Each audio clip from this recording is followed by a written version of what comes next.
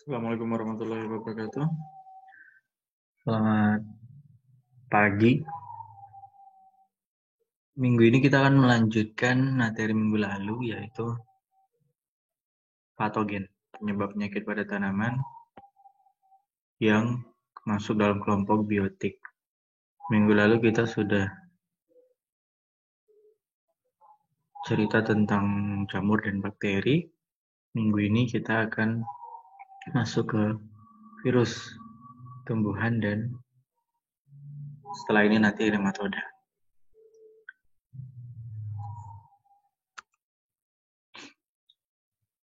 Apa itu virus? Sebetulnya, virus pertama kali dikira sebagai racun. Kenapa? Karena pada tanaman-tanaman itu, tanaman-tanaman yang bergejala itu, tidak ditemukan bakteri atau sejenisnya dan jamur atau yang sejenis. Tidak ada dua opsi itu.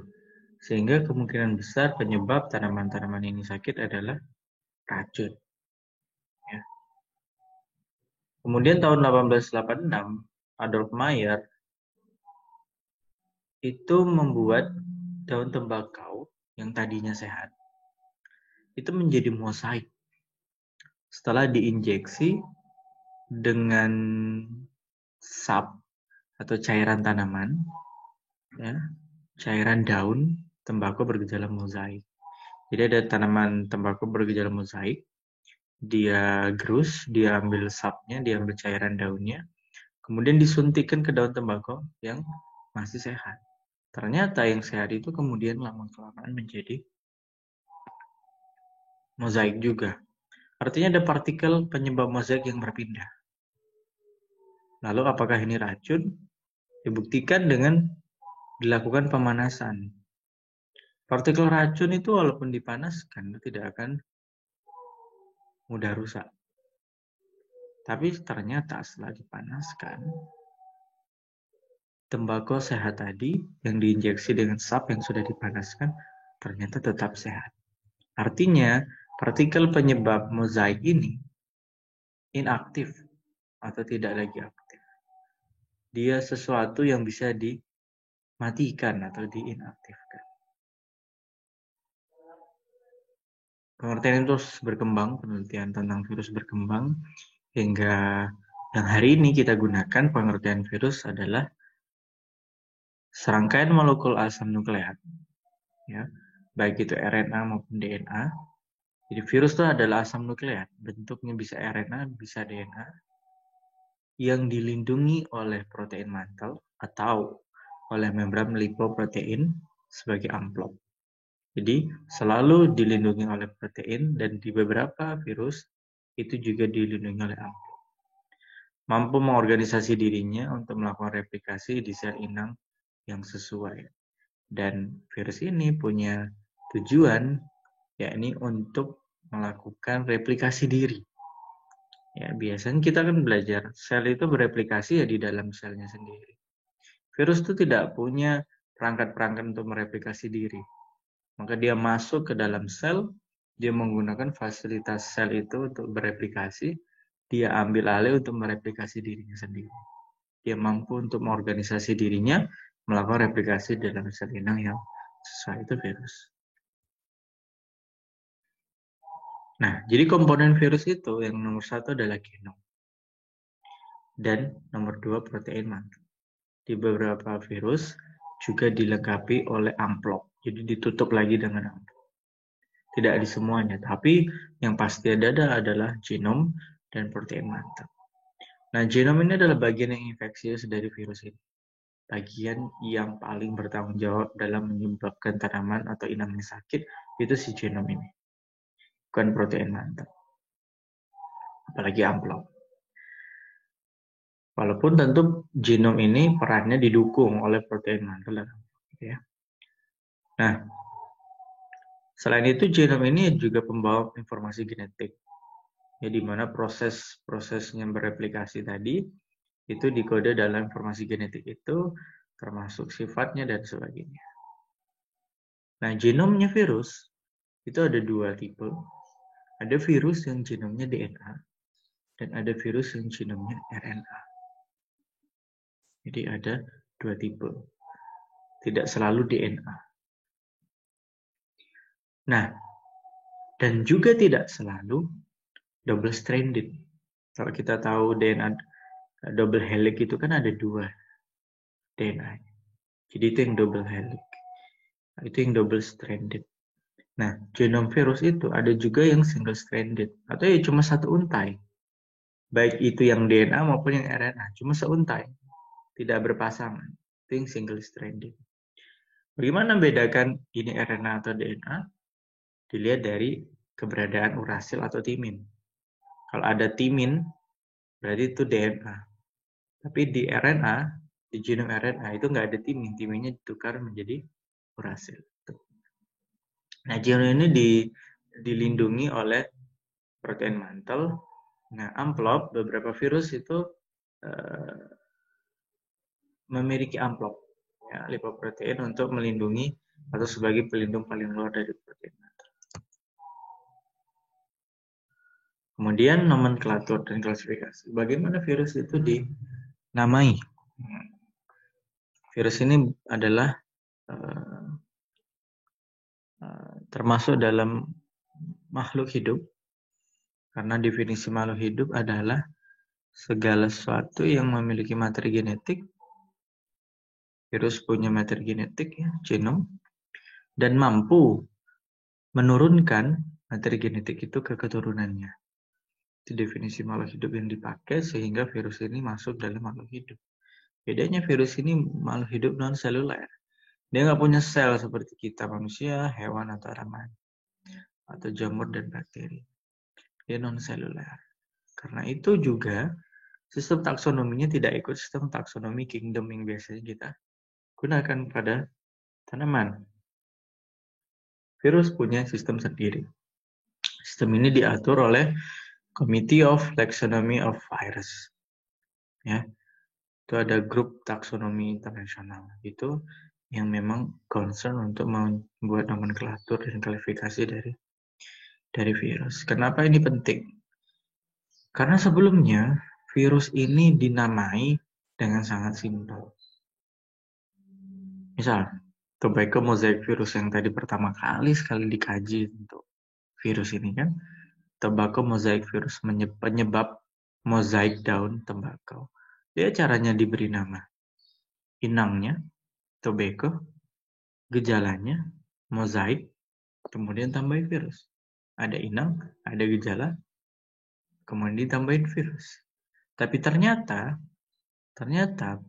penamaan seperti itu punya banyak tantangan. Satu, beberapa virus itu spesiesnya sama, jenisnya sama, cuma punya strain yang beda-beda. Ternyata menyebabkan gejala yang lain-lain. Maka gejala harusnya tidak digunakan untuk melakukan klasifikasi virus. Virus beberapa jenis menimbulkan gejala luar yang mirip. Virusnya lain, di inang yang sama gejalanya sama. Berarti lagi-lagi gejala seharusnya tidak kita gunakan. Satu jenis atau kultivar tanaman dapat diserang beberapa macam virus. Dan satu jenis atau strain virus dapat memberikan gejala yang beda-beda pada inang yang sama. Jadi virusnya sama, inangnya sama, karena musimnya beda, gejalanya beda. Artinya gejala sama sekali tidak bisa dipakai untuk patokan. Nah, untuk itu sudah dibuat satu sistem klasifikasi virus, bisa dibaca di reportnya Kongres ICTV yang ke-7 di tahun 2000. Ya. Yang perlu kita ketahui, pertama penamaan tadi tidak kemudian dihapus. Ya, tobacco mosaic virus tetap dipakai. Dan beberapa virus seperti yang baru kita heboh sekarang. Ya, coronavirus 2019, coronavirus disease 2019 itu dijadikan nama virus, ya kan? Nah, artinya yang terpenting kemudian nanti klasifikasinya. Itu kan tadi penamaan tingkat spesies ya. Yang penting kemudian klasifikasinya. Dia masuk ke ordo apa, family-nya apa, marganya apa. Nah, ini aturan-aturan dalam membuat penamaan virus. Untuk nama jenis atau spesies, itu harus diakhiri dengan kata virus. Begitu juga untuk nama marga.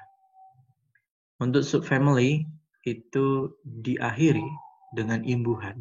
Jadi ini bukan kata terpisah, tapi satu imbuhan yang ditempatkan di bagian belakang dari nama, yaitu virinae.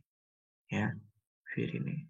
Untuk family menjadi viridae, untuk ordo virales. Menulisnya sama dengan menulis spesies tanaman, begitu misalnya. Itu baik marga, jenis, subsuku, dan suku itu ditulis miring atau di garis bawah. Jadi setelah ini kita tidak lagi keliru dalam menulis nama virus. Nah, virus itu melakukan proses infeksi. Infeksi itu diawali dari, nanti baca lagi ya, patogenesis. Itu proses patogenesis itu seperti apa. Itu pertama, patogen ini melekat pada inang.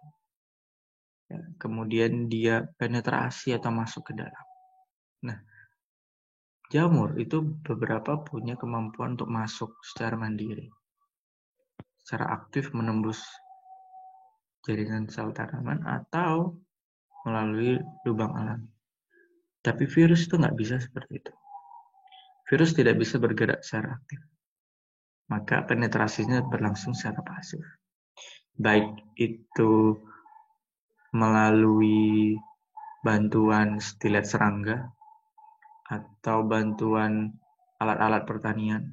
Jadi dia nggak bisa masuk ke dalam sel itu, dia harus dibantu.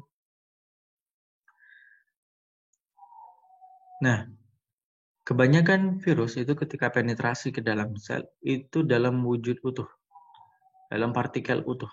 Artinya genom ditutup oleh protein. Kalau punya amplop ya sama amplopnya.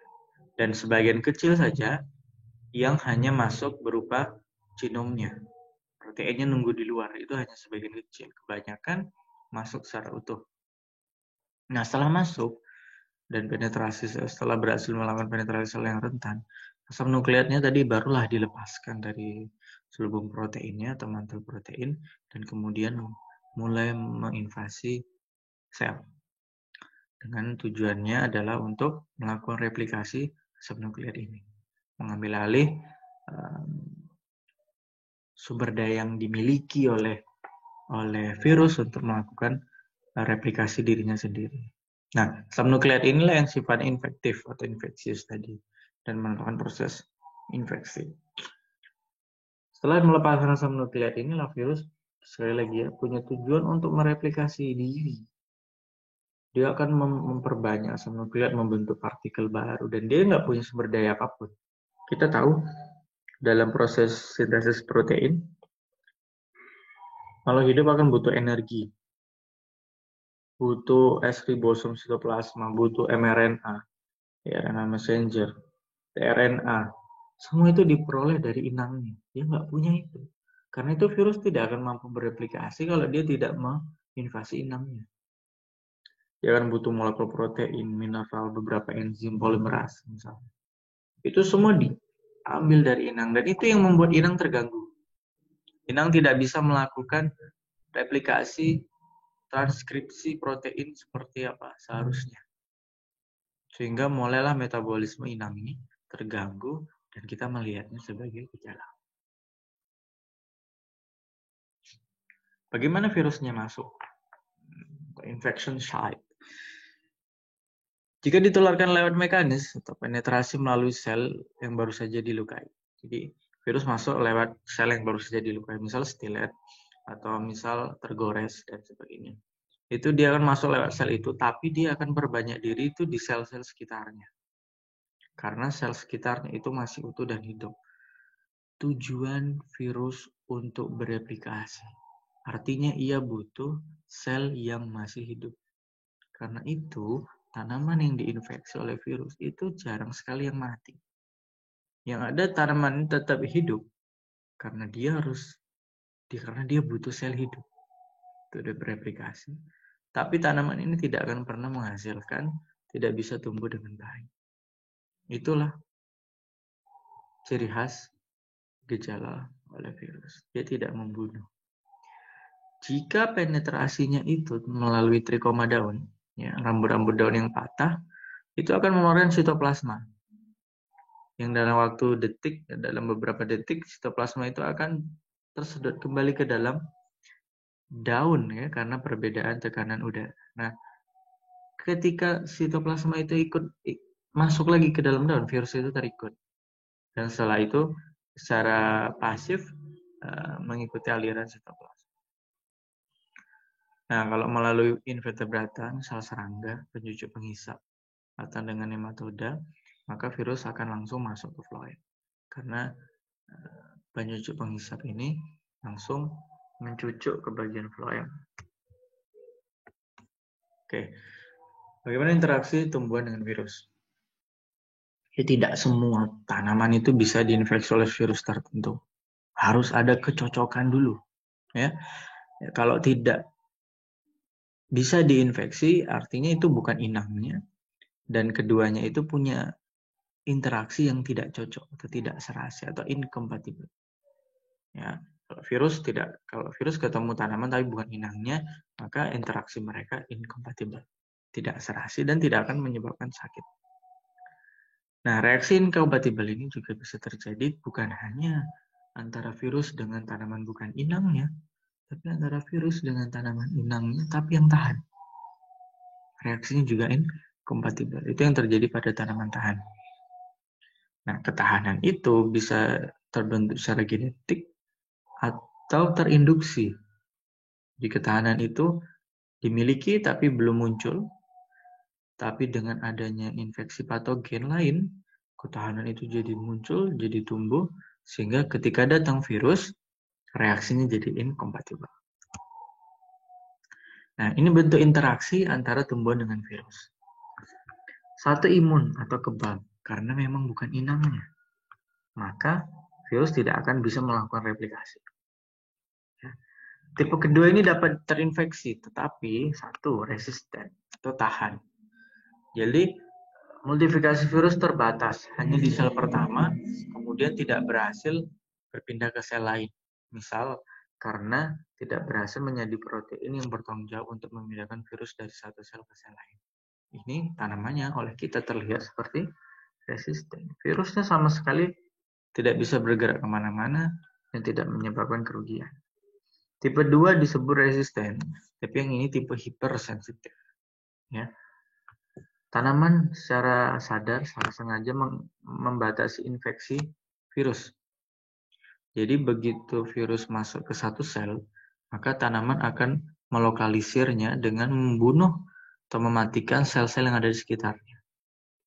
Karena sel itu mati, virus itu sekali lagi butuh sel hidup.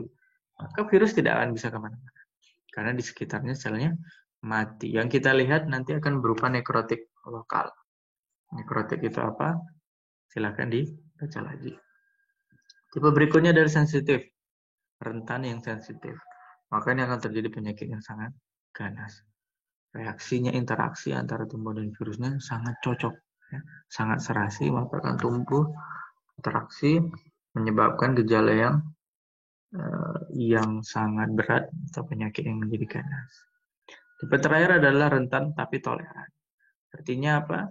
Virusnya dapat masuk, bereplikasi, memperbanyak diri, tapi tidak sampai merugikan inang. Inangnya tetap bisa tumbuh dengan baik dan tidak mungkin. Dan di beberapa kasus inangnya bahkan tidak menunjukkan gejala. Ini yang bahaya. Ini yang disebut karya. Ya. Kita lihat di kebun kita itu seperti tidak ada perkembangan penyakit sama sekali. Padahal satu sama lain mereka saling menularkan. Hanya saja gejalanya tidak tampak. Hal yang serupa juga dialami oleh beberapa penduduk Korea Selatan yang terinfeksi COVID-19. Beberapa anak muda di sana yang terinfeksi ternyata adalah bersifat toleran. Artinya apa? Mereka itu tidak bergejala, mereka tidak demam, mereka tidak sesak napas. Tapi mereka di dalam tubuhnya ada virus yang bisa bereplikasi dan mereka tetap mampu menularkan. Itulah bahayanya virus ini. Dan itulah bahayanya anak-anak muda yang masih berkeliaran di luar sana. Karena itu etika kita adalah kita tidak keluar rumah, kita tidak kemana-mana. Bukan karena kita takut, tapi karena kita punya etika, kita tidak ingin menulari orang lain. Karena bisa saja kita ini karier. Kita tidak bergejala, tapi kita bersifat toleran, rentan yang toleran. Ada virus yang hidup dan bisa kita tular. Nah, penularan virus tanaman itu banyak cara. Ya, TMV tadi itu jika teman-teman pegang daun tembakau sakit dengan tangan, kemudian tangannya megang tembakau yang sehat, itu akan menular. Ya, ada alat-alat pertanian juga yang seperti itu, menularkan. Ditularkan melalui biji sedikit atau tidak ada mungkin laporan yang sejauh ini yang saya tahu tidak ada penularan dengan persebaran dengan angin, itu nggak ada. Penularan itu paling banyak yang dikaji dan yang jadi serius itu adalah penularan yang dibantu oleh serangga. Ya, tidak hanya menular tapi juga mampu menyebarkan kemana-mana, kemudian hinggap dan menularkan, masukkan virus itu ke dalam serangga. Itu disebut serangga vektor. Selain serangga vektor juga bisa tanaman tingkat tinggi, misalnya tali putri itu juga bisa menjadi vektor virus.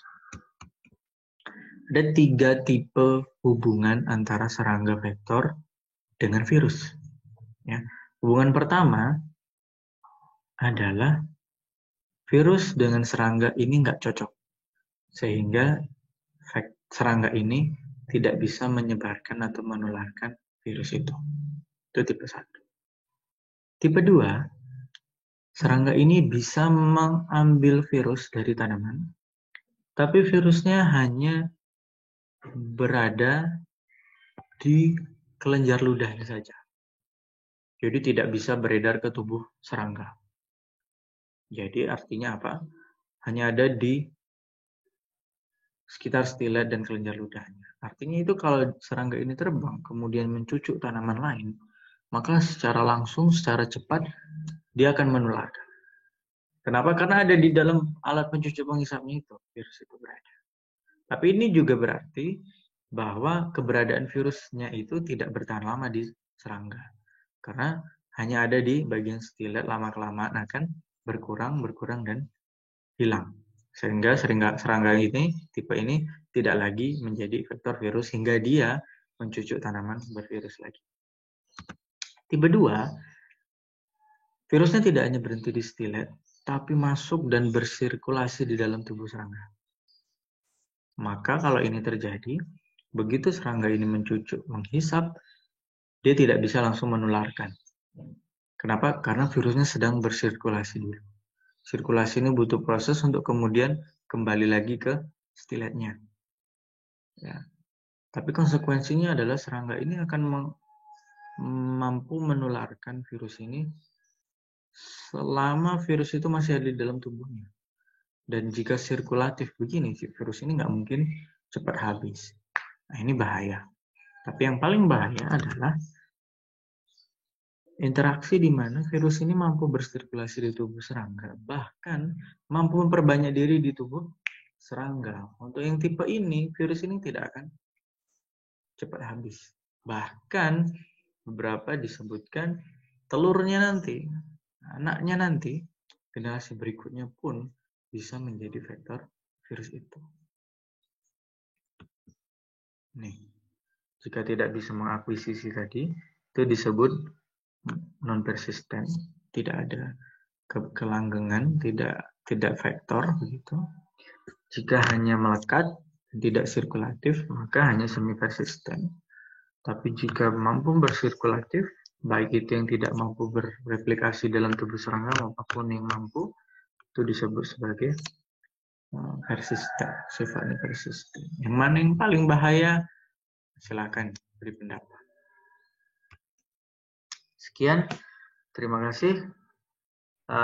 Lanjut ke materi nematoda di file yang berbeda. Assalamualaikum warahmatullahi wabarakatuh.